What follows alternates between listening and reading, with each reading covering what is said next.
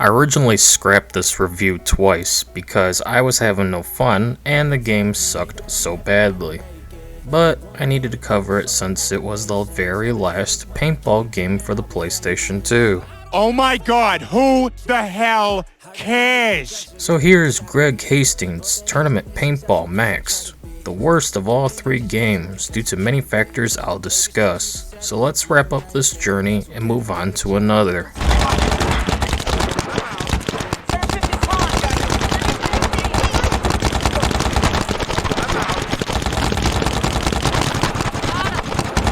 In fact, I only have one more Garfield game to cover for a compilation, and two more SmackDown games for another compilation as well. Let's see if I can get those done before the end of 2024. I'm gone! Player eliminated!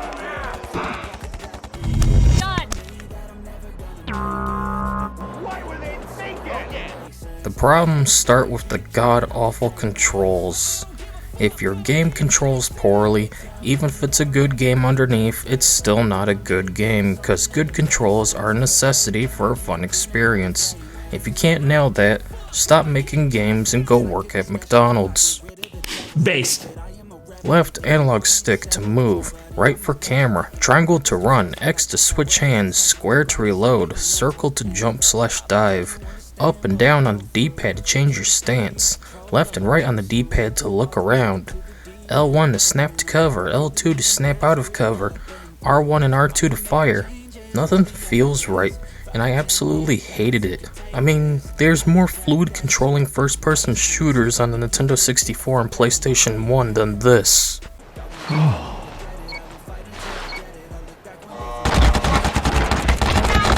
Man, this sucks. It's just like, I don't even know what to say. Dude, I don't want to be here. I'm going to go somewhere else. This game has AI that varies in Bethesda levels of mentally retarded to apeshit aimbotting PCP coked up Arma NPCs.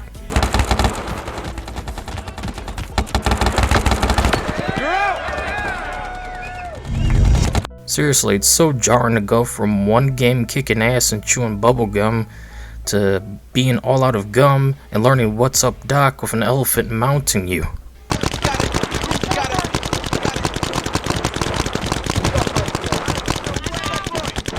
Get the dead box, fool!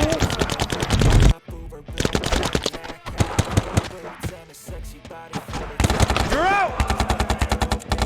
Done! I'm out!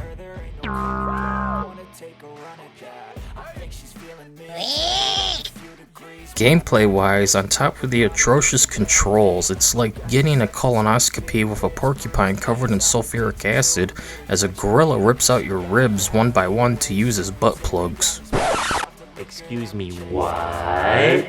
Then the gorilla will take a dump in both your ears after eating Taco Bell. Then you'll experience what it's like to have a steel straw shoved violently down your pee hole. Then you'll be forced to eat out Hillary Clinton's ass while singing the Greek alphabet. That's how pleasant of a game this is to play.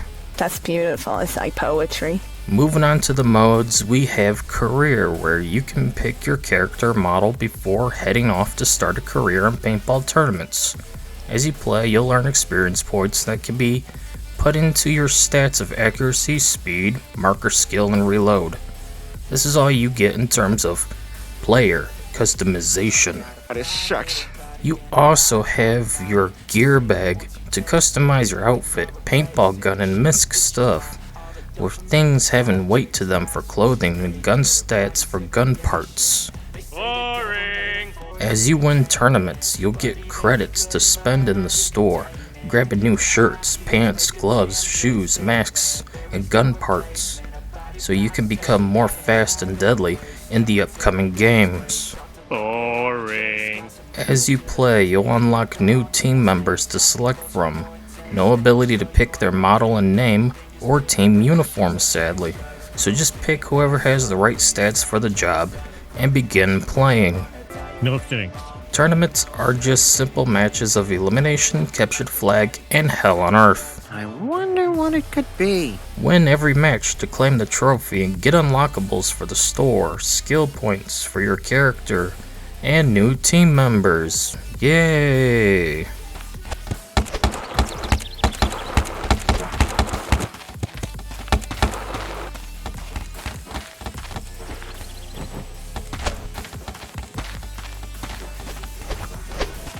Player eliminated!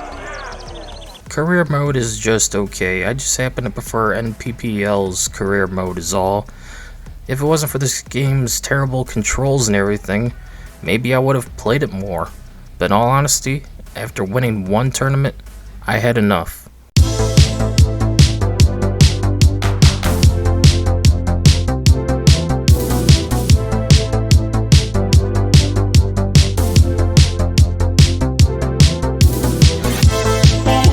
Outside of career mode, you only have one other, that being exhibition mode, where we can customize the rules, choose your team, players, difficulty, field, game mode, and more.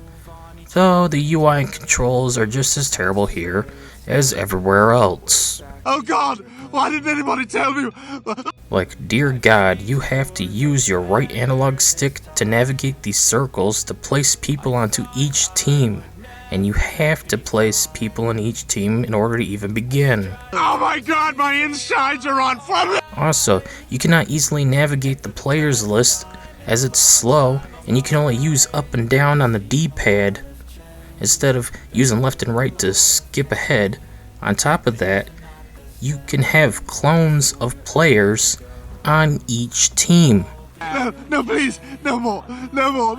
So make everyone Greg Hastings and have fun, or painfully navigate the UI playing the guessing game as to who is who as you place each person to only realize you're cloning people at a time when it was huge news that scientists were able to successfully clone sheep. So after taking 2+ minutes setting up teams because of bad controls and UI navigation, we can choose the game mode, field, and other rules. At least both Speedball and Woodsball is here, though not as easily defined like an NPPL. Here you have to navigate between all locations and fields to find ones that are not just fenced-in tennis courts. In conclusion, it just... yeah, you said it.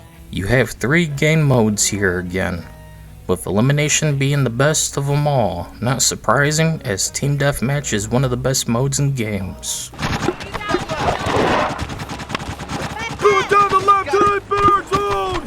Teams of 7 players taking each other out within a time limit. Whoever is left standing is the victor. Simple fun, nothing more, nothing less. Good work, team. Way to hustle. The second mode is Capture the Flag. Eliminate enemy team members and get their flag. Return to your flag and score the round.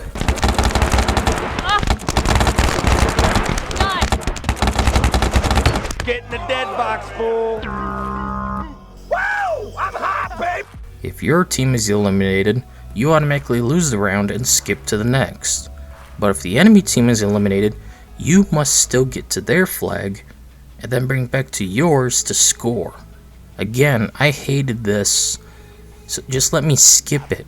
There's no point in continuing if their team's eliminated.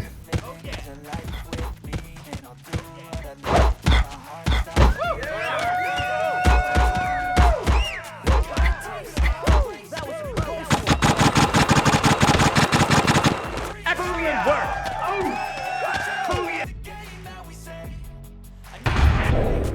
Yay!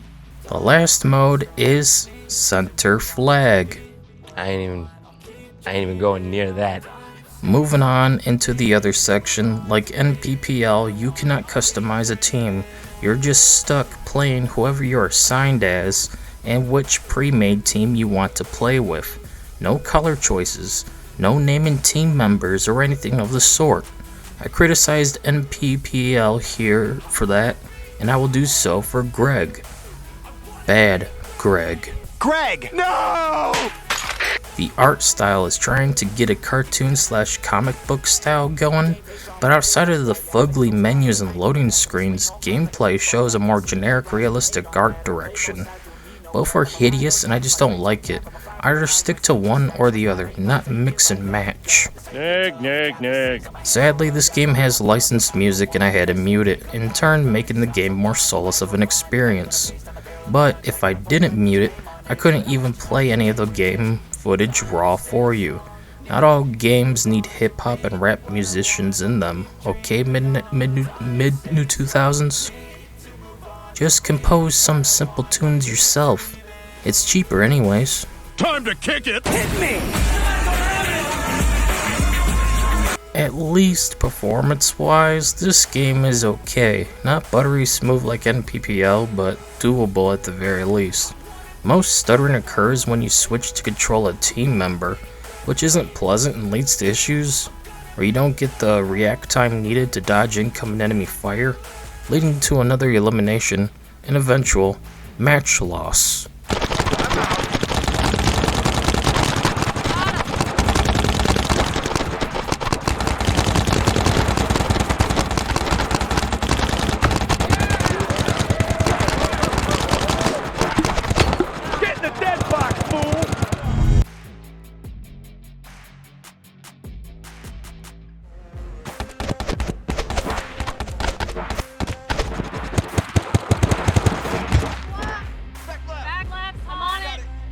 Center 30.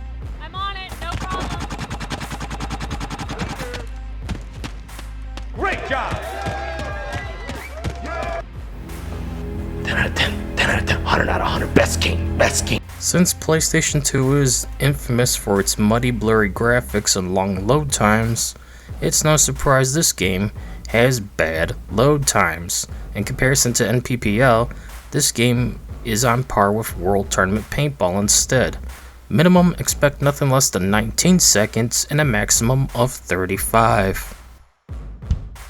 3, 2, 1, go. Hey, want to listen to some tunes?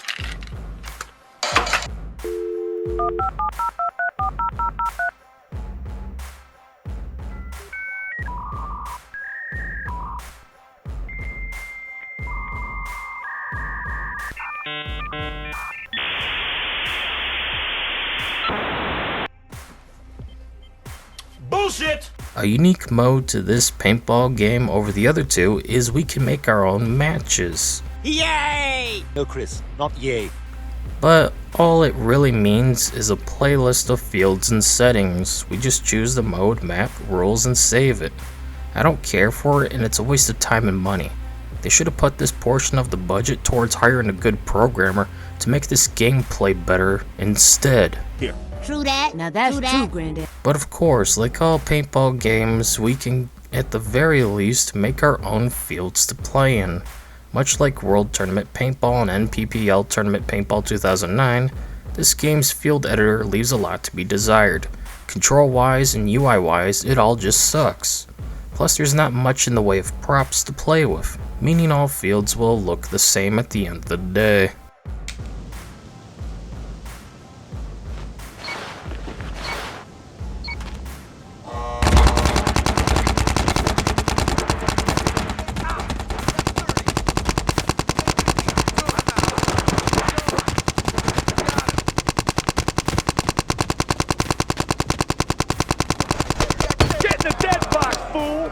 So that covers the very last of all 3 paintball games for the PlayStation 2. Glad to be done with it, especially when 2 of them were just borderline trash.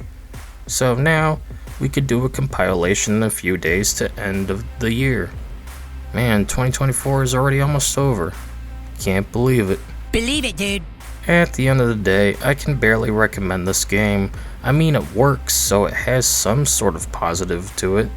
But that alone isn't good enough. After NPPL Championship Paintball 2009, this game feels, looks, and plays like ass. Out of all 3 games, NPPL is your best for overall quality, followed by World Tournament Paintball for customization, and last, and at the bottom of the septic tank, is Greg Hastings Tournament Paintball MAX'D.